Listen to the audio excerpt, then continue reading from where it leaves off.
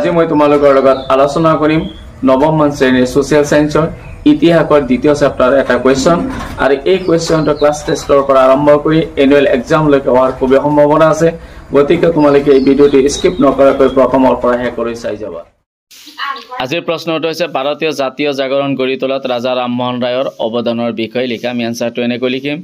ভাৰতবাসীৰ মাজলৈ জাতীয় জাগৰণ কঢ়িয়াই অনা প্ৰথম গৰাকী ব্যক্তি নাম হৈছে ৰাজা ৰামমোহন ৰায় হিন্দু ধৰ্মৰ নিকা ভাৱমূৰ্তি প্ৰকাশৰ উদ্দেশ্যে তেওঁ 1815 খ্ৰীষ্টাব্দত কলিকাতাত আত্মীয় সভা নামৰ এটা অনুষ্ঠান স্থাপন কৰিছিল 1828 খ্ৰীষ্টাব্দত ব্ৰহ্ম সভা নামৰ আন এটা অনুষ্ঠান স্থাপন কৰিছিল হিন্দু ধৰ্মক সজীৱ আৰু নিকা ৰূপ দিয়াৰ উদ্দেশ্যে তেওঁ প্ৰাচীন ধৰ্মীয় গ্ৰন্থসমূহ গভীৰভাৱে অধ্যয়ন কৰিছিল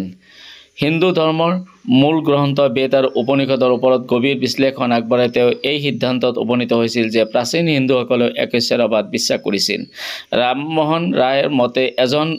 ঈশ্বৰ এজন আৰু ঈশ্বৰৰ কোনো আকাৰ নাই ৰাজা ৰামমোহন ৰায় আছিল এজন বহুমুখী প্ৰতিভাসম্পন্ন ব্যক্তি তেওঁ বাল্য বিবাহ পৰ্দা প্ৰথা বহুবিবাহ আদিৰ তীব্ৰ বিৰোধিতা কৰিছিল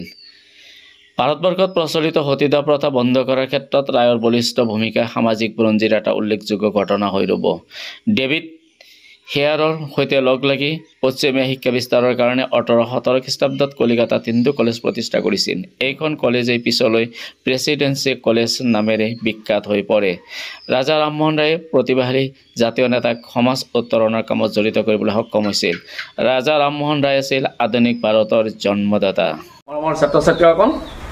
এই ভিডিওটো পাৰা মানে তোমালোকে লাইক কমেন্ট আৰু শ্বেয়াৰ কৰিবা যিসকলে এতিয়ালৈকে মোৰ ইউটিউব চেনেল সাবস্ক্ৰাইব কৰা নাই তেখেতসকলে কাষত থকা বেল আইকনটো বজাই মোৰ ইউটিউব চেনেল সাবস্ক্ৰাইব কৰিবা আৰু নতুন নতুন সোশ্যাল সায়েন্সৰ ভিডিওসমূহ চাই থাকিবা থ্যাংক ইউ